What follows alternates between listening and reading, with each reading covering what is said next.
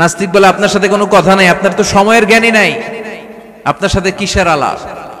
ইমাম Abu Hanifa বললেন ইনদি উযর, আমার ওজর আছে। কি ওজর?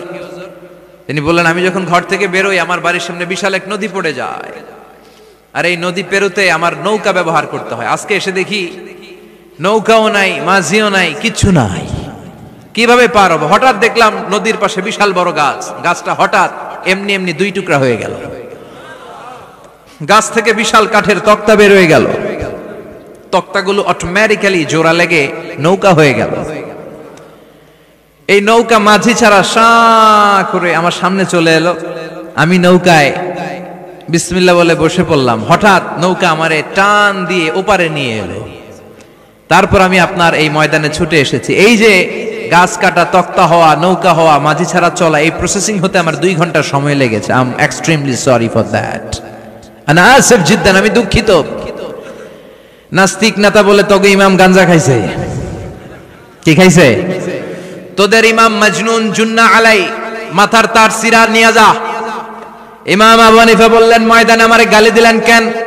পাগল বললেন কেন? তার সিরা বলে ডাকলেন কেন? মজনুন শব্দ ব্যবহার করলেন কেন? মার্জিত ভাষা ব্যবহার করতে শিখেন। নাস্তিক বলে কেমন কথা আপনি বলেন?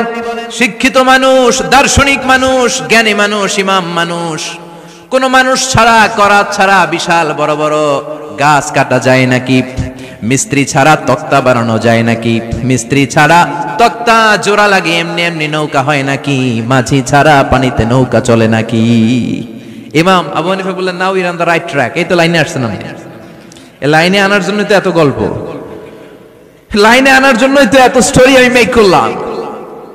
আপনার কথা থেকেই যদি ধরি, করাত ছাড়া গাছ কাটা যায় না, এমনি এমনি তক্তা হয় না, এমনি এমনি নৌকা হয় না, মাঝি ছাড়া নৌকা এমনি এমনি চলে না, তাহলে আকাশ কেমন করে এমনি এমনি হলো?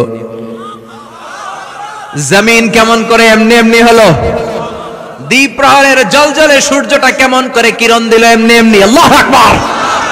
কেমন করে নবমণ্ডল ভূমণ্ডল সৃষ্টি হলো? কেমন করে দিন শেষে রাত্রি আসে, রাত্রি শেষে দিন আসে? ওইটা যদি এমনি এমনি না হয়, মহাবিশ্বের এই সুন্দর বসুন্ধরার সবকিছু কেমন করে এমনি এমনি হয়? নাস্তিক কয় হায় হায়, আসলেই তো আমি একটা উল্লুক্কা পাঠা, আসলেই তো আমি হাদারাম, এইভাবে তো ভেবে দেখি নাই। আসলে তো এগুলো এমনি এমনি হয় না। Someone is controlling everything in the world.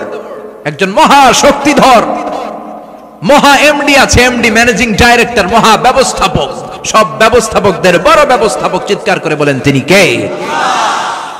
বিশাল এক ব্যবস্থাপক।